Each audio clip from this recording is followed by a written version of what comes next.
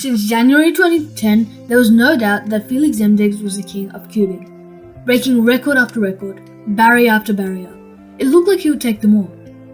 Until we got to sub 5. Because on November 21st, 2015, teenager Lucas Etter finally got the first ever official sub 5 second solve, making a legacy for himself and a new milestone in cubing history. It all began back in 2008, at just 8 years old, when he visited his grandparents' retirement home. Like any other kid, even though we all love our grandparents, especially the food they make, but let's be honest, they have nothing to play with. So when Lucas's grandparents bought him a Rubik's Cube, he was overjoyed and was immediately hooked. They thought he would keep him busy for a while, but after a couple days or so, he managed to solve it. He told his family at that time that he wanted to get good, like really good, but little did he know that he would become so much more. He only began cubing in his first competition 3 years later, in Almundi Open 2011. I don't know if I got that right, but anyways, where for his first ever competition, he actually did quite well, getting a 32-second average. He competed 7 times in 2011, and by the end of the year, he was already sub 15. In Dayton Fall 2012, he won his first competition with a 10.74 second average, and at the same competition the next year, he got his first official sub 10 average in the first round.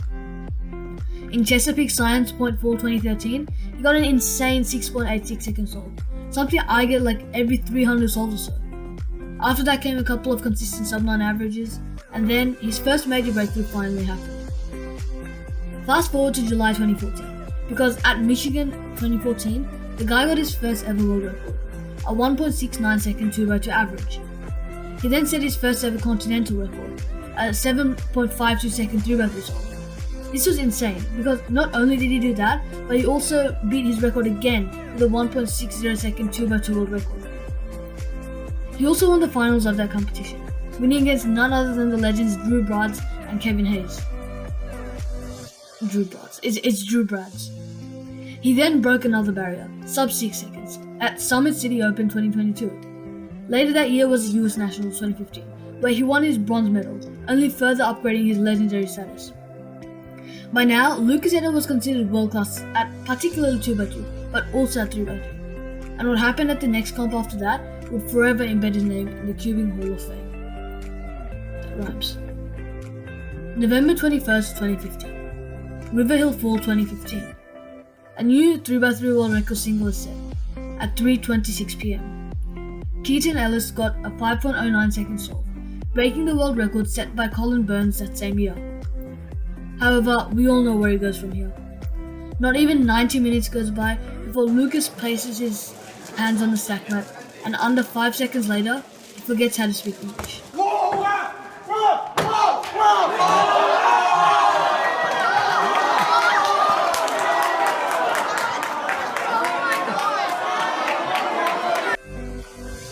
Nah, I'm just playing. Lucas had got his first ever official sub 5 second 3x2 solve. And although Keaton was quite upset, he still set the world record for shortest lasting world record. Okay, too far, I'm sorry. Anyway, this was obviously massive, not only for Lucas, but for the entire cubing community as a whole. His comment section was flooded with nice comments, with the video surpassing 5 million views. The news started getting on this. This 14-year-old kid was getting interviewed by famous journalists, was getting articles written about him, and finally he achieved his first ever goal in cubing, of getting a world record. Don't ask what I'm doing at 14. In the next 4 years, he got a bunch of competition podiums and some amazing championship podiums. US Nationals comes around in 2016, and this is where he gets his first ever win.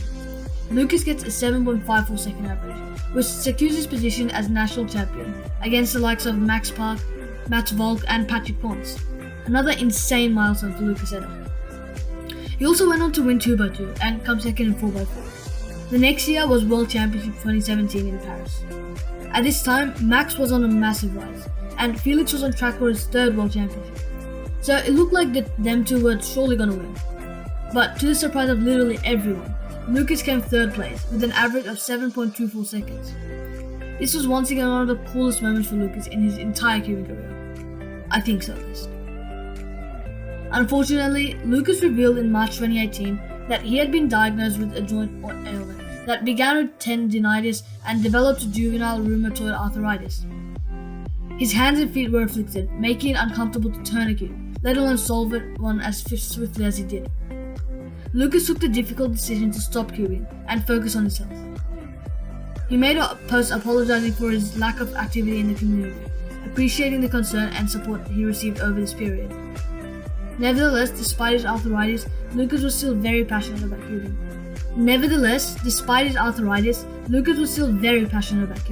Frequently posting on YouTube to the best of his ability.